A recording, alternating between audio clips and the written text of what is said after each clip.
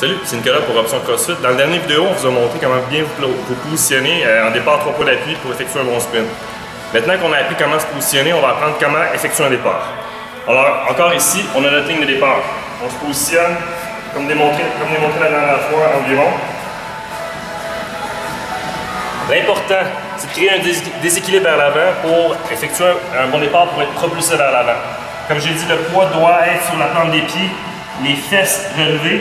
Et ce qu'on veut, c'est se propulser vers l'avant, effectuer un grand pas vers l'avant et rester incliné. On ne veut pas se relever trop vite. Je vais faire une démonstration, ensuite je vais vous l'expliquer.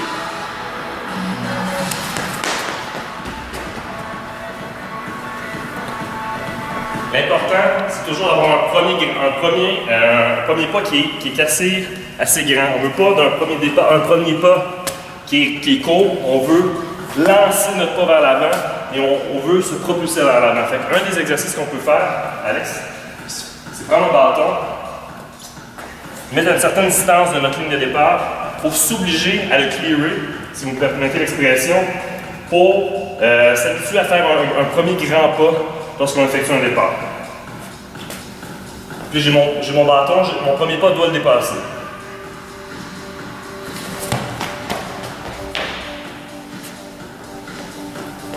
Par la suite, ce qui est important, puis c'est une erreur qui est commune, c'est aller, j'aurai besoin de toi, c'est les gens ont tendance à se relever trop vite. Attention. Dans le fond, quand on fait un départ, la dernière chose qu'on veut, c'est se relever droit, être droit comme une barre, parce qu'on perd tout notre momentum puis notre efficacité. On a besoin d'être incliné vers l'avant pour être rapide, pour que notre poids soit vers l'avant, et au fur et à mesure de la course, on va pouvoir se redresser. Mais lors d'un départ, on doit absolument être incliné.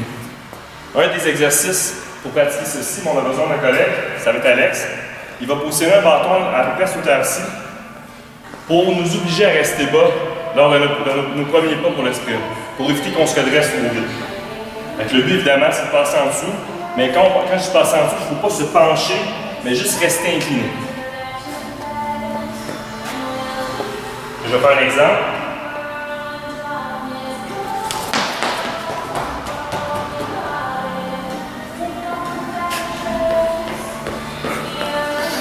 Alors, les principes de base sont assez importants. C'est toujours le premier pas qui doit être assez grand vers l'avant. On veut se propulser vers l'avant et rester bas pour éviter de revenir droit. Un truc pour ça, c'est notre main qui est dans les airs.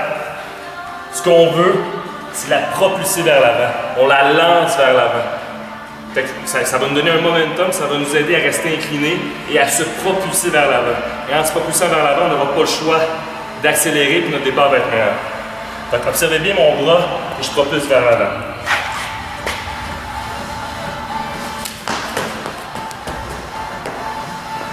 Comme vous allez pouvoir, mon bras, je le propulse vers l'avant parce que c'est vers là que je veux aller. Je reste incliné, j'ai un bon premier pas pour avoir un bon départ. Maintenant, allez essayer ça.